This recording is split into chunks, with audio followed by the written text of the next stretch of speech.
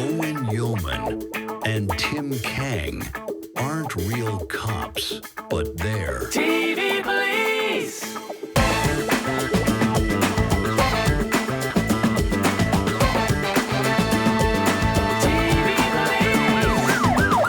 the TV Police.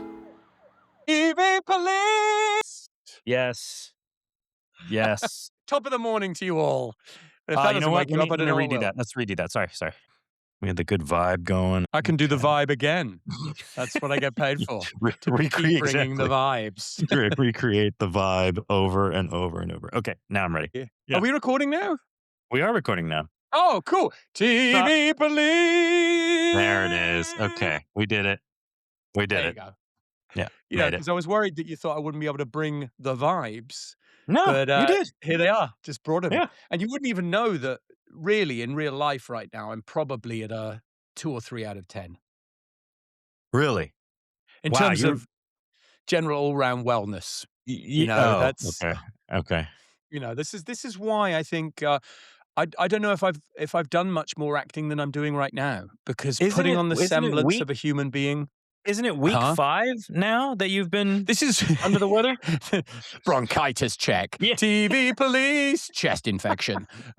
Yeah, so this is week 5. And interesting that Misread starts with Rigsby being deathly unwell. Deathly ill. Because as right. I was watching that opening sequence on the boat, you and I were talking on the phone last night, and Tim just turned to me and he said, "You sound terrible. Like, what is going on?" Like, and for the last few weeks, I have been a walking mass of COVID Yeah. and bronchitis and chest infection, and they've all just been sort of helping each other out. Yeah. One goes down, the other comes up, and so Right. just as I feel like I'm getting over it, and I am a terrible patient, I think that this is. But you're the greatest handling it beautifully, though. You Thanks. This is exciting. So episode 21. Wow, I feel like we got the end of the season in our sights. Yeah. You got penultimate coming up, and then that's it, the finale. Yes. Episode 21, Misread, directed by Martha Mitchell, written by our dear friend Ken Woodruff, was it? I think Ken wrote That this was one, right? Ken, Yeah. yep. And would you fancy diving in and doing us a little TV Police synopsis Sure. on today's episode? Yeah. CEO and founder of software company Gaia Matrix, Jim Gallbrand, is found murdered on his boat. The CBI team investigates Gallbrand's girlfriend, Brooke Harper, who is a con artist, his business partner, Rick Bregman, and ex-wife, Catherine Stubbs Gallbrand. Prior to his death, Gallbrand stashed $10 million in cash, giving every one of those individuals motive. Jane uses Brooke in a scheme to find the hidden cash, and in the process uncovers another con artist at work. So a very, very favored theme of The Mentalist here. Yeah. Well, I put at the top of my notes, con on con. And I think that that's a recurrent theme throughout this season. And it's interesting, right off the bat, I wanted to get your take on this because I've noticed a bit of a pattern here. Would you say that it's a fair observation that Patrick Jane seems to have a little bit of a blind spot for the female con artist? I'm thinking of your Christina Fry's, your Brooke Sure. Harper's. That's what What's popped the in name my of the head woman immediately. who was the psychiatrist, the psychotherapist as well, who helped Jane out? Elizabeth she was in The Rome's Monkey. character. Yeah, Elizabeth Rome's character, right. Yeah, I don't So- remember the name. It was interesting for me because clearly the idea of the art of the con is not a new one. That's, Sure. at the absolute heart of our show. What I Mhm. thought was interesting, though, was this sort of dawning realization that Jane really does have a blind spot when it comes to apparently beautiful women who are also quite established in charlatanism or conning. And that kind of dawned on me because, and it's explicitly spoken in the episode too. Lisbon actually Mhm. says, "Oh, why? Because you like her? She can't be a suspect." Right. And I feel like that's happened a few times before. Do you think that's a safe thing I or think- a reasonable thing to say?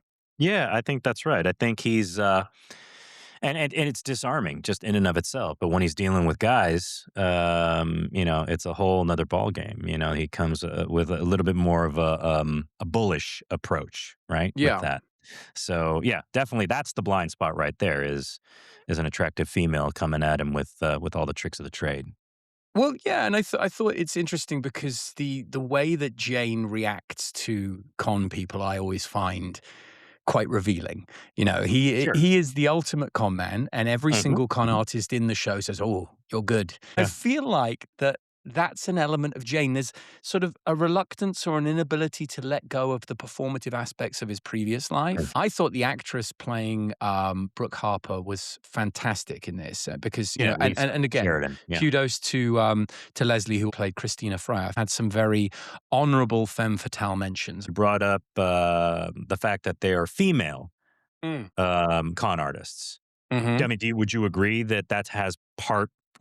What is it about a female con artist that disarms Jane more so than a male con artist? So, you know, and I'll say this just ahead of my word, which is Hmm. Hmm.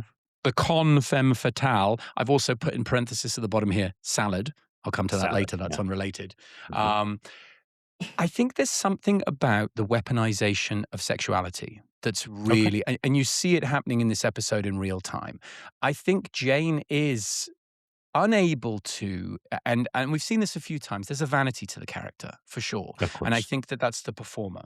And I think whilst that there's an appreciation for fellow performers, there's also a sort of a sympathy or an admiration or just a blind spot or a soft spot for women Hmm. who are in that same kind of area of the con, you know. And Right. But and I've why though? Is it because he sees himself Well, in so them? I think Or there's a couple of coding things in this episode that are really interesting, right? So the con man is a very established trope. The con woman may be a little less so. Look at also Stewart, right? The gentleman yeah, who's in the wheelchair. I think disability and ableism often connotes as innocence. And I think sure. what's interesting about Well, they say this as much. episode is that ultimately we flip that on its head. So I think what I love about this episode is that it really explores tropes and expands and sort of dismantles them. What's interesting is Right. that we're finding as the series goes on that the more effective police work is being done with the traps and the ploys and the Right. Right. trickery Right. rather than the Right. actual police. And I think this goes back Sure. to something that we've talked about repeatedly, which is every now and again we do have to get a win for the just plain police procedural. Is it easier to be a con artist than it is to be a police person who's investigating by the book? Because there's no rules. 100% it's easier. Right? So the burden of proof 100% and the is easier. burden of Yeah. investigation and justice is so much tougher on the CBI. And I think that's probably where I'm prepared to give us a break because, you Mhm. know, Mhm. this episode was a perfect example of it. Jane actively encourages her towards the end. He actually says, um, run away. There was a touch of the Thomas Well, Crown she affair didn't about she this didn't that I walk appreciated. straight out. She was stopped by your stand-in, Aaron Skinner. Well, I'm glad that you So, mentioned that. So, yeah. honorable mention to our dear Little friend shout Aaron out to Skinner. A yeah. little shout out to our man Aaron. What was his But character's but name? do you know what was really interesting about Styles? I think was his name. Like, it's Styles? Did you clean up notice that that? uniform, Styles.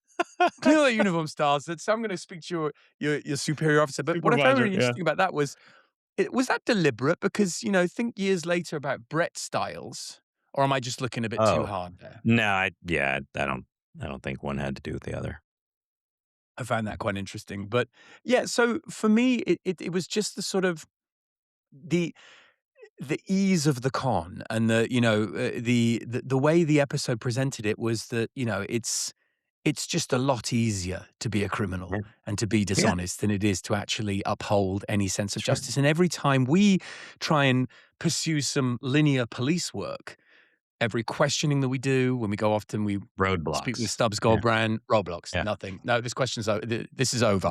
yeah, My yeah. favorite one was when you sat down with Rick Bregman, the business partner, and Van Pelt says, "I believe you're under investigation by the SEC," and he says, "My attorney told me that I'd be expecting that line of questioning, and this is all I want to say on the matter. I'm being investigated by the SEC." And you're like, "That didn't sound like you said I don't anything," know if you said and he really anything. didn't. Yeah, You know, right. but I think the problem is with procedure and rules is that the inherent nature of procedure and rules means that there are ways to always evade them.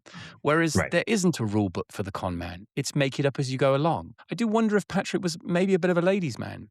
And this is something that, again, is just pure conjecture. But put it hand in hand with the performative vanity, with maybe the slightly um, less congenial versions of Jane that we've seen in flashbacks.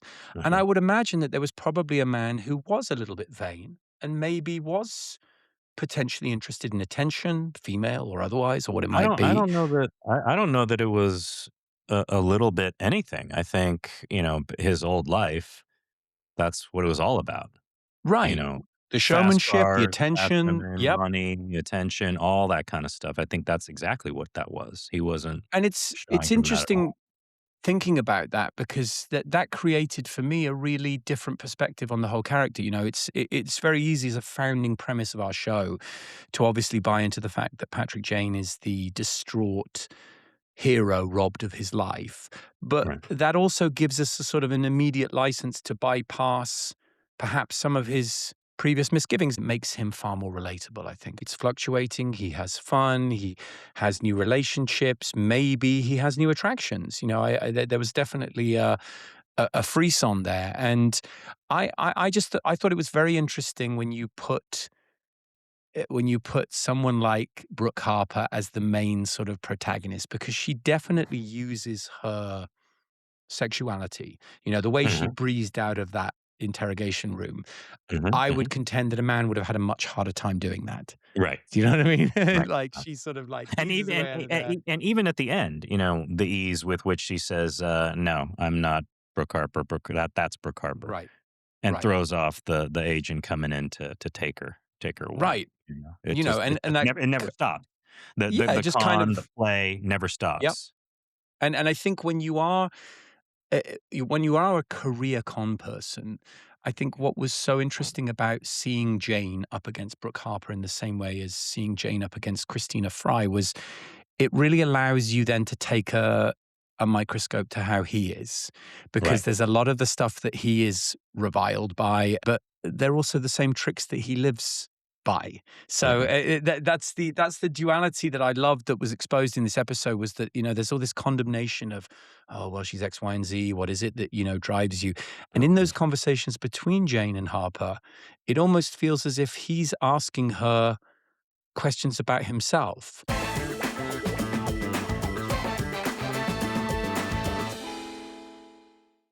What was the thing that first got Jane into doing mentalism? right, He had a carnival background, but it was all premised on deceit. Let's go back to our bucket analogy. right. One bucket of mentalists who are sincere mentalists who believe unilaterally that they have some sort of otherworldly, spiritual, or behavioral power, right? Right. And That's then you the have funk bucket. Yeah, that's the yeah. funk bucket. That is the mentalist funk Right, legit, right. right? And then you have the charlatans who say there's no such thing as psychics. This Mhm. is all a But I'm joke. good This at is all this. trickery. I can But observe. I'm Yeah. good at Mhm. this. And in a way, sort of admitting and showing that hand makes it even more disingenuous. So I feel like when he's probing these people, whether it's Christina Fry and he's ridiculing her, or whether he's getting into it with Brooke Harper and saying, what is it that really drives you?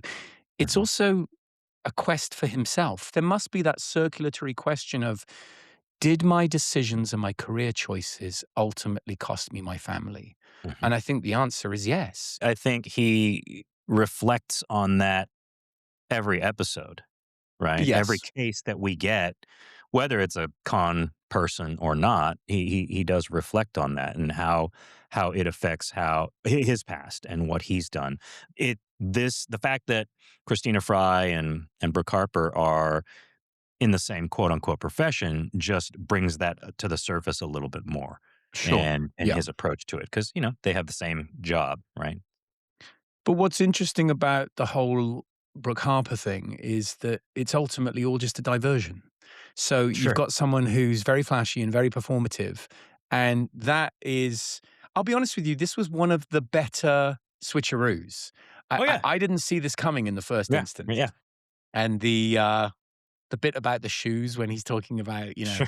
I've Sure. been checking shoes for years and it never Right. paid off. I love that line. That was a nice touch. Yeah. I thought that was great. A note on that where Yeah.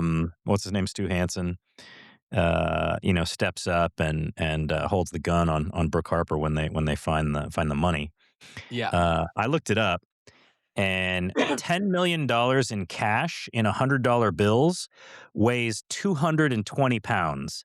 So I he was going just to took ask about that that. bag and slung it over his shoulder like it was nothing.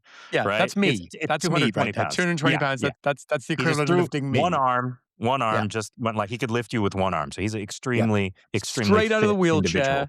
Yeah. Grabs a 220-pound bag with one arm. We've talked about this in the core cast. I think one of the big challenges of week-over-week storytelling is to try and find characters that feel more well-drawn than just your typical sort of procedural tropes. Because we have those tropes in this episode for sure. Rick Bregman is the sort of slightly dislikable jock partner who's now having an affair with the wife who herself is a horrible piece of work, just shamelessly Two of the materialistic. worst people. Yeah. You know, couldn't and quite Very, honestly, very they're welcome to each other. stereotypically the two of the worst people. Yeah. Yeah, but what's interesting is that they are nothing more than sort of procedural distractions from the Right. slightly They're more cutouts. Yeah. interesting characters. And I Yeah. think that's what I appreciate about our show. I especially appreciate that about Ken. Ken has a very layered ability to be able to say, come check this out while I'm actually doing this. And I think he does it very well. And I appreciated this episode. It had, I mentioned it briefly earlier, it had a Thomas Crown vibe Sure. about it. Yeah. And Right, and right. I think that was true of the Brooke Harper, but also what I loved, just going back to right to the start of the episode. There's a lovely beat where, and I can't remember if this is Martha Mitchell's first episode or not, but great credit to her because it felt very assured as a Mentalist episode. It felt like it kind of found its groove. There's a lovely bit when we're at the boat and there's this music starting, a little bit of Blake Neely light funk, and Lisbon and Jane are kind of watching each other, and they That's a work great in this moment. silent Yeah. ballet Yeah. with each other. Have Yeah, you they're seen just on a do you know track the bit I moving mean when across. they're Yeah. like They're looking looking up at the body that's being pulled and they're up? both thinking the same thing. It was They're lovely. both It was thinking the shot same very, thing. yeah, it And was I shot love that really wonderfully. Yeah. because Rigsby's otherwise engaged with feeling just ghastly. And Van And it's Pelt, great 'cause Van Pelt's sitting there going, "What are you guys doing?" and I loved it. And I felt for Amanda just as an actor because I felt like we've talked about this before, but this was pinnacle facting. What You're right. Amanda had on the bow of the boat there was just You could see facting it in its too. Yeah, extreme. you could definitely see it. I know Is the that was hard to CEO. get out. Oh, Yeah. I mean, and they are, I It cannot. reminded me of stuff when I've had to do that, right? I cannot explain to the folks at home how difficult it is when you get a scene and it's just all exposition. Yeah. Body was found at 12:28. The caliber Yeah. was this, and this was You this. can't hang your hat on anything. You're just like, It's very hard to find an emotional through line for that. So poor Van Pelt was trying to get all Yeah. of the. This is the stuff you need to know as an The setup. audience. It has everything in the title because misread is the person that you do misread. She's the flashier, more beautiful, more obvious sort of path of pursuit. How would you say this sort of fits into the overall pattern of season one? I think in a lot of ways, this episode and this type of episode is who we are. Yeah. I had mentioned, I think again, we always go back to Erica's episode, Red Handed, Yeah. as being the first one to be the show. Mm-hmm. And I don't think this is too unlike Red Handed in that aspect. I think maybe this one is a little bit on the lighter side. Sure. Potentially. But all the things that make our show fun, all the things that took us to where we, eventually ended up with the show, I think is in this episode. And like, for example, there's a lot of other procedurals out there where the situation changes, but the presentation is always the same. Right. They can't get lighthearted. They're always Yep. serious. And they just Yep. have this, and they are one note. And we just was never that. And it really served to preserve our sanity, I think, in a lot of ways. I agree. And I think as the show seasons. matures as well, we begin to get a much better handle on the directors who enfranchise that vision for us. So I think Yeah. consistently, I've noticed as we're closing in on the latter stages of season one, the episodes are getting tighter and they are thematically feeling more knit and stylistically feeling more like one. And we're getting a true sense of the identity. I'm really excited to be able to sit down with our guest in the finale, and talk about how the show really, really finds its conclusion, because I feel like The whole of this season has been a build, an establishing build. In that moment where we're watching Bregman and Stubbs Goldbrand get together That in I the do car, remember. Yeah, that was a great moment too. that was just such a lovely moment to see the little bit oh, okay, clean that off there, and then me just. So I was thinking that, and I felt like in that moment maybe he was gonna be brave enough to just ask her out because we've got there. I felt like after the toilet nearly kiss, it was going to get there. And Right. now it's sort of backed off a bit. And this is the only challenge, I think, with ensemble procedural TV is that sometimes, and tell me about your experiences of this, sometimes you feel like a storyline is just getting there and then suddenly it gets taken away. And you're Yeah. like, oh, when are we going to? And I think, as far as our show is concerned, I think Bruno loves to take you there and take it away from you as many times as he can get away Sure. with until something forces his hand, whether that be fans or the studio or whoever. But yeah, that's happened time and time again because again, you've mentioned this before, is once they kiss, it's over. It's over. You Yeah, know? exactly. Once they get together, no more, suspense, no more tension. So And it's a terribly difficult thing to have to do. We're in a very blessed position on the TV Police because we know exactly the Sure, scope yeah. of the series. Yeah. It's all mapped out for us. That's easy. And it's still week over week a challenge to be able to build something that's episodically refreshed and interesting and has new perspective. Imagine how difficult that is then not knowing whether you're going to be coming back from Exactly, season to season. right. It's like, how long do we tease these things for? Watching this episode, I was so impressed at I'm still in it. Mm-hmm. 21 episodes in, I want to know about Brooke Harper and Stu Hansen and Sure. Rick Bregman or whatever his name. You know what I mean? I want to know about these guys. I want to know what the story is. I want to know what Jane and Lisbon were mentally saying to each other in that scene Right. when they're walking across the Right. boat. It's really it's still fun. I agree with you, and I think that there is. It's a wonderful, and I guess we probably have to tip our hats to Bruno for this. But this is a masterclass in how to make a television show. And again, I go back to the conversation that I had with a friend of mine, and he recently, I know I mentioned in a previous episode, he handed me the document that Bruno had drafted as the pitch for The Mentalist, and it's all there. Yeah. I mean, literally, 7 seasons all there. And sure, character names have changed, situations have been altered. But what I loved about this episode What was also your is what was your character name in that initial Steve? it was Buckle? really Or weird. what It was it? Ken Buckle. I was Ken going to say Ken Buckle. Scroggins. That would have been even worse. Detective Scroggins. Agent Detective Buckle. Yeah, Agent Yeah. Buckle. Yeah, Buckle and Show. Our scenes would be chuckle scenes instead of Chigsby scenes. One of the biggest challenges with writing for television and or film is knowing when to paint the sort of the broader strokes and then when to get more detailed and more focused. And this episode is a great example of that. Gaia Matrix, for example, which is the corporate setup for this whole thing, is so deliberately vague. And could you tell me what Gaia Matrix is? Nah. Well, it's a No. software company. Yeah. There you go. But it's it's been a painted company. in a broad kind Yeah. of here's Yeah. the backdrop. Yeah. Software company, $100 million. We'll just leave that there. Well, And you're it's like Carnelian Inc. You know, it's the same company. Exactly. Different name. Yeah. But for me, that was an interesting kind of one read of it would be, do we really need to know anything more than it's just this sort of vessel for corporate greed? And I think that that's all the detail you need, because that's what sets it's not off about that. Yeah. It's not about that, exactly. And what I loved is that this whole episode for me was, I wrote it down in my notes. This is what I wrote. I wrote, it's about intellectual proximity, not physical violence. And what I mean by that, it's about all the people who know or need to know.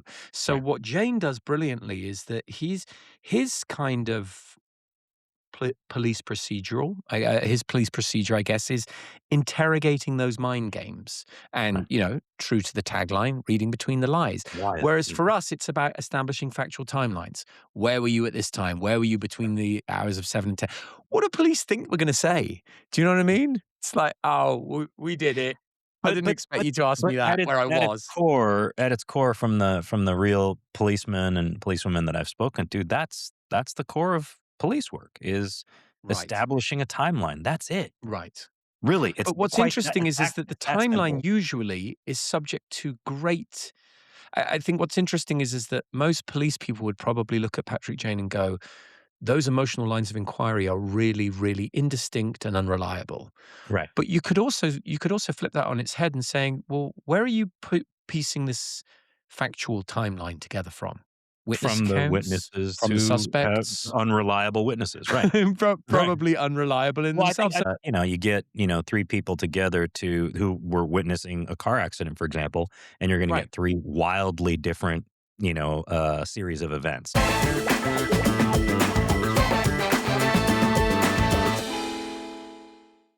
It's a very central and important thematic premise for us, and that is what makes for effective investigation. And I think what we've done now over the course of 20-something episodes is that we've now proven through his more maybe emotional or mental lines of inquiry that there is just as bona fide a police work to be done that way That way, as there is in our more sort of by the book way. it's And a I think legitimate that technique. Let's just call it it, that. it You is. can And call I it. would imagine that the best police work is probably a combination of both. We should tag it in the finale Well, let's do that. and do Let's a do that. message back to them, and then Oh, that'd be lovely. play their video at the end of it after credits and stuff. That would be awesome.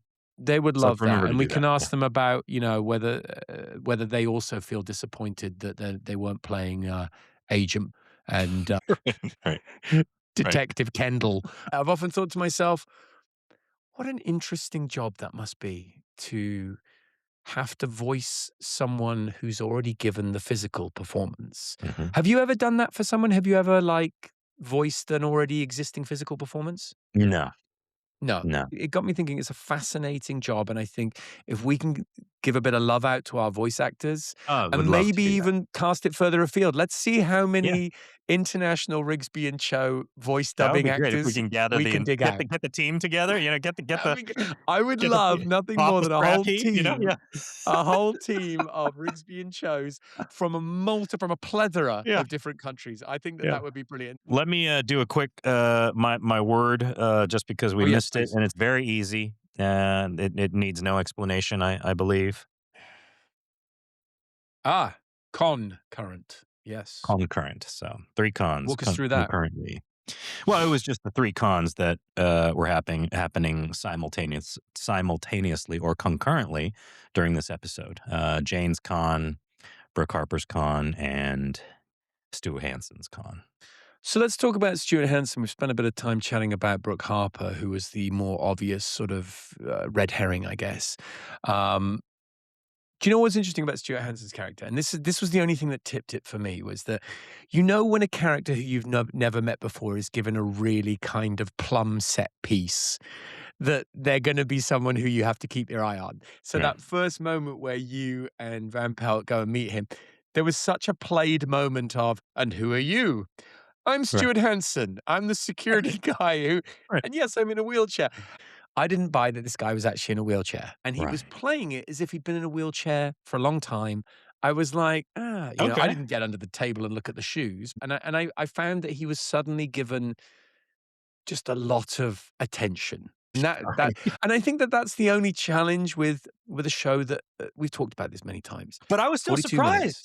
surprised. That's I the was still thing. surprised too. I When he was got too. up out of the chair, I was like, "What?" Like, right? It's For great. sure. It was great. And that for me was that was a real kind of it was a moment that was up there with the Tommy reveal. Was that another Ken episode? Do you remember Tommy in I the do remember in Tommy. the arson episode? I don't remember. I don't remember if that was who wrote Ken that. or Well, do you remember the title of that one?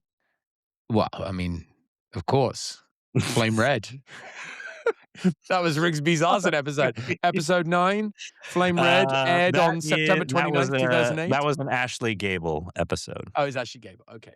Well, so that makes a lot of sense because obviously Ken That's worked right. directly How can we under forget Ashley. Flame Red? Flame Red. Yeah. I mean, All right. 18.4 million viewers. Yeah, no, I know. Narrowly I know. beating The out highest Desperate rated Housewives episode and Lost. of And, season 1. I mean, Yeah, not yeah, that I remember I know. like, religiously, but those are one or two things It's off the just top right of off my the top head. of your head. Flame Red, Is great that episode. figure? Might go Yeah. back and, Mhm. rewatch that tonight. In fact, I would counsel all TV police members to maybe just every now and again, just periodically go back and watch Flame Red and Flame Red. remind yourself. If you want the quintessential mentalist episode, Flame Red. Flame Red. Flame Red, and Ticks and all the try not boxes. to be blown away by the dizzying depths of Rigsby's arson knowledge. This is murder. Holding up The law. Bird's door. We're looking at murder. I thought it was an absolute zinger of an episode for little show observational one-liners, like when Patrick Jane's drawing up on the board all the things that Brooke Harper's right. bought in the last 24 hours. What And is he's that? like, that's a wig, and you're like, well, what's that? It doesn't Bandage. look like. Doesn't look Yeah. like a bandage. And Jane Looks like a actually looking toilet quite roll of annoyed by toilet it. paper. Like, What is that? Yeah. okay, yeah, it's a bandage. Just a quick note on that. On that scene Yeah, that you just brought up. So it's Jane, Lisbon, Van Pelt, and Cho going over the case, and I happened to be sitting on Jane's couch. Now, this was, I think, one of the first times I ever sat on Jane's couch, and I Some hallowed believe who was it? Martha just wanted to pop me there. That couch has no support. It is so squishy that I'm almost sitting on the floor. I mean, it just bows and does this, and Sings. so the three of them were on either side of me, and the entire scene, I'm playing it like this.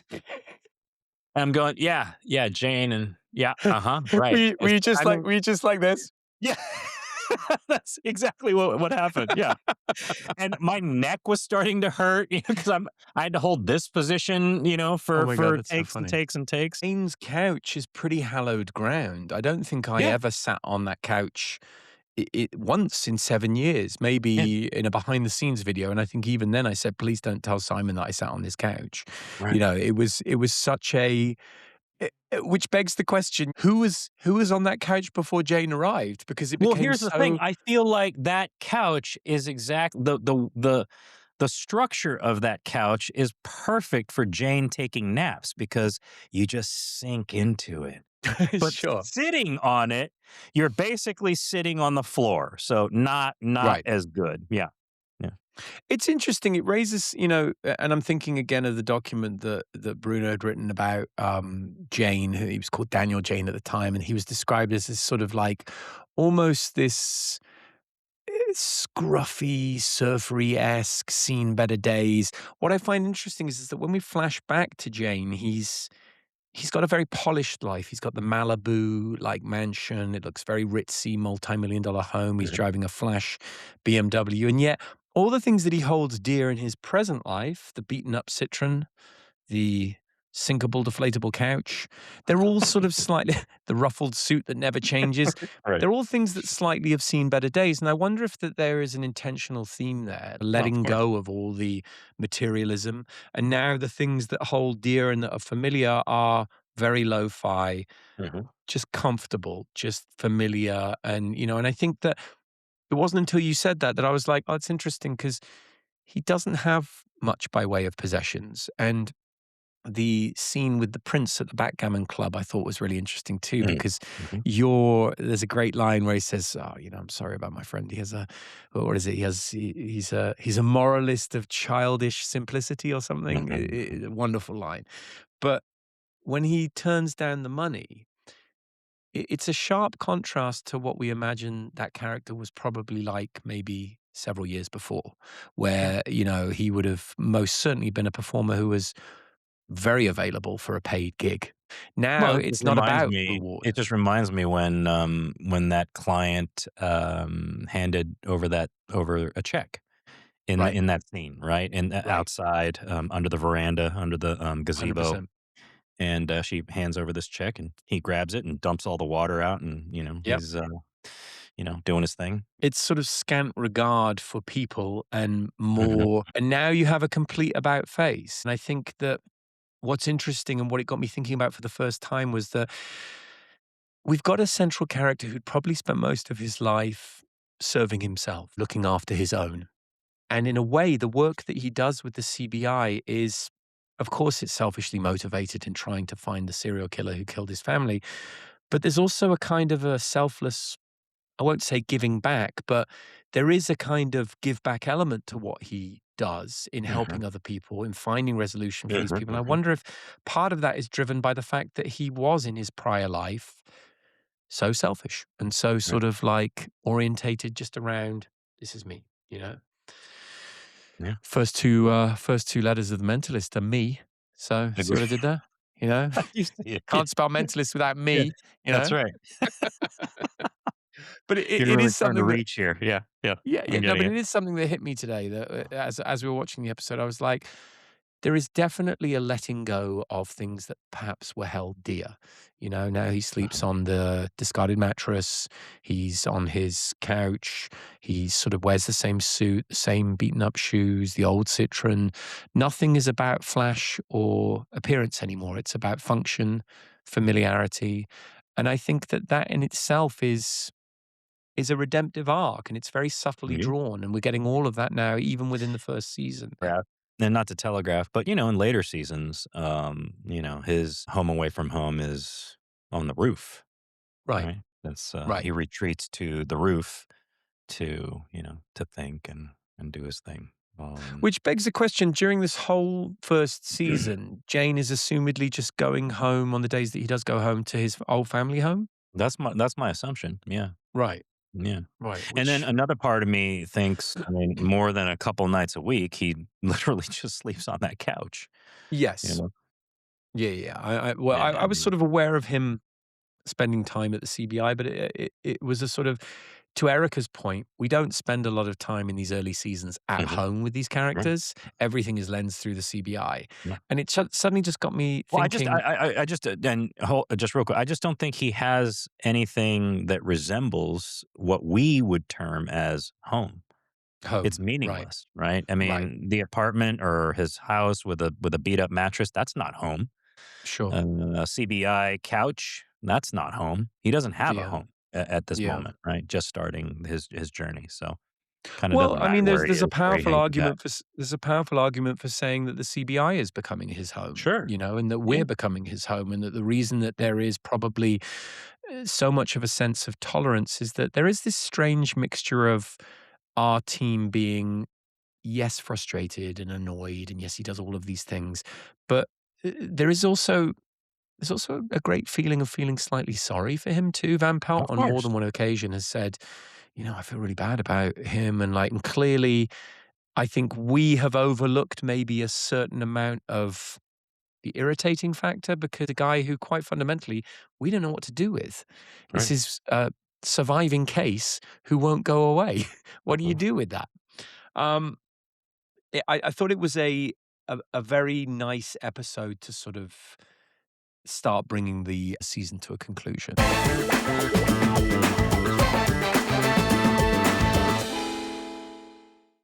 I wish I could remember. I don't, but I wish I could remember when exactly we knew we were going to get picked up. We would definitely know at this point that we were going into a season 2, right? Mhm, mhm, I'm pretty mhm. sure that I that would think have so. come Yeah. probably around the midpoint of This season and to 1. further that, we have, Erica's episode next and the finale. This episode is, in the best sense, we're coasting. Sure. You Yeah. know, it's a Yeah. it's a nice we're coasting, we're getting through this one. It's fun, it's entertaining, it's all these things. The penultimate, the next one, I'm very much looking forward to, and forget about the finale. That's going to be, I think Bruno rips the doors off on that one. So Yeah, and it's really lovely to feel like now I'm coming to each episode now very much with the eyes of the audience and feeling like yes. Hmm. I really begin to know and understand these characters. And it's been revelatory for me going through this rewatch with you, because I've really now been able to fill in some sort of gray areas about these characters that I didn't know. Right. We've Right. often talked about, the nature of episodic television is such that if you're not working, you're probably either picking up post production on something else. So Hmm. the opportunity to sit down and have the luxury of being able to enjoy this, and also have the benefit maybe of 10 or 15 years just to take away Yeah. the initial kind of like memory of it, I can Right. actually now watch it as an audience member and appreciate it. So for me, this was a strong bounce back after an episode that felt last week just a little bit contrived and a little bit overwrought. And I Right. think that the beauty of this episode was it doesn't necessarily have to be too complicated. Right. The old adage, keep it simple, Mhm. is a perfect one for this one. We had all of those elements there. This to me was Mentalist 101. It's like even the Agreed. locations felt familiar. Like San Pedro, Yeah. we're Right, revisiting right, right. there. We're back with the boats. I did also appreciate the setup with the train station. I thought it was really nice, which was Grand Central Station in downtown, right? Mhm. I There's something about a very Lisbon says, oh, it's a nightmare, like all these people. But there's something about a high traffic environment that suddenly lifts the stakes. Right. And I do remember filming down there. So to sort of set the context of this, what doubled as our CBI building, our Sacramento CBI building, was actually in Latin Quarter in downtown LA. Right next to that was the train station. I remember we spent a lot of time in that area. But there was something very exciting about being in a very public place. And I think, Yeah. again, that just goes back to the excitement of filming a show that now has an audience and is Mhm. popular. Doing well. Yeah. And we got to be in a very high traffic area with people who are excited to be in the show, excited to convey to us how much they loved the show. Mhm. And I think that from our standpoint as actors, you can become very much in a bubble. We go into work every single day, we shoot the show every single day, and you sort of lack that biofeedback. When you go out into a very public location like You get it. Yeah. Grand Central Station, it hits you and you're like, oh, Mhm. wow. And there's an excitement that lifts your own excitement. And that's the memory that I have of filming in those. There was a real sense of we're really telling something that might have legs. And Right.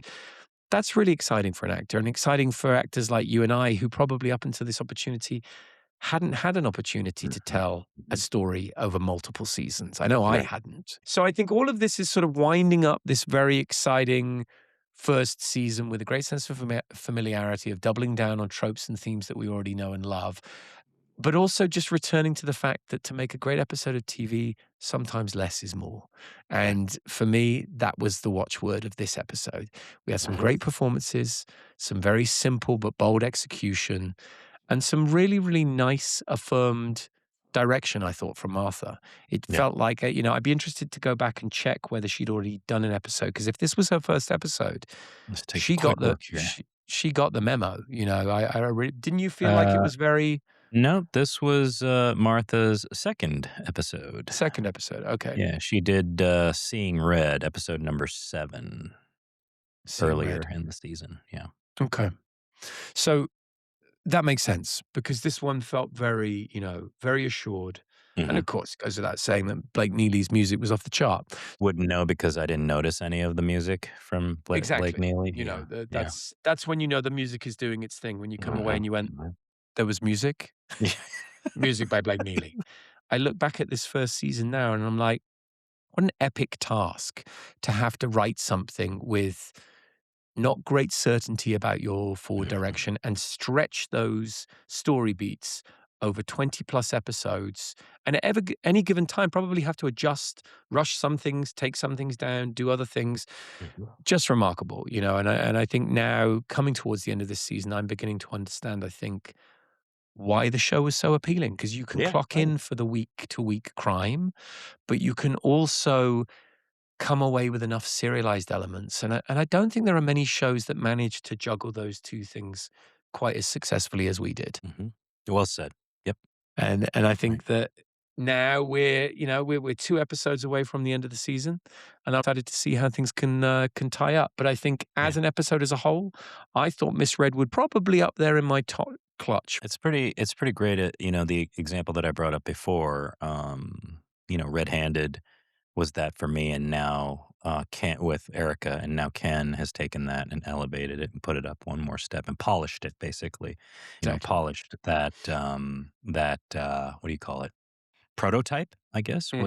was Red-Handed, and then now it's kind of polished and is Gen 1 Agreed. It's kind of what I will do with my knitting. You know, you did the baseline layer of knitting, prototype. which admittedly you didn't do, but sure, we'll pass it off as yours. And then when I come in with my TV police, not just a little like tea towel, but See, like and you say it. blanket. You know what's going to happen is the TV police towel that I had is Gen 1. Yeah. And the beginning of season 2, you're going to come up with the prototype. Sure. We're actually going to take a step back. We're going to go backwards. Yeah. So I'm going to do a small little handkerchief. little doily. TVP. Yeah, just little TVP doily is A little perfect. doily, yes. Yeah. Maybe a little something to put. Well, not the big one, but maybe something to put. A little coaster. There you go. Sure. A little coaster for the merch. Sure. These are all things that during the hiatus, our upcoming hiatus between seasons 1 and 2, we'll iron out. And boy, when we come back in season 2, we are going backwards. When we come back in season, we're really stay with us as we return for season 1. The pilot. Yeah. I will also say, do not forget to visit the TV Police podcast website, which is tvpolice.com. Check out our merch store where you can find some of this fabulous merchandise. Tim will also be showing some wares, I believe, in the season finales. Make sure also to visit our YouTube channel, the TV Police Podcast, and sign up for memberships. It's very important that you join up for a membership because we have exclusive members-only content for our TVP members. On that front, I also want to talk to you about when are we going to do this live episode? Ooh. Could be maybe to think about doing it as the season opener, right? Okay, we could do that. Season 2? Do you feel like it would be biting off more than we could chew to do the next one live? Yeah. You do? Yeah. I love the confidence. Oh, yeah. That would be a disaster. Very good. I'll go about the process of setting up our live then for Saturday, and I'll just start advertising it on social media. Do it anyway. Yeah. Do it anyway, and if you're there, great. And if not, then I'm just gonna be sitting in the corner like this. Yeah. No. Or Just maybe just with the lights style. off. Just Just a silhouette. black square there. Yeah. And occasionally we just hear no. This has been, as always, another fun-packed hour or so with spent with my dear friend Tim Kang. Thank you so much for joining us for our analysis of episode 21, Misread. Make sure to join us next week for the TV Police as we are going to be breaking down episode 22. Do we know the title for that one? Blood Brothers. Blood Brothers. Wonderful. Brothers next week. Erica Green Swafford, writer. John Paulson, director. Oh, that's a powerful combo right there. Very into that. Until next week, we've been the TV Police. We'll see you then.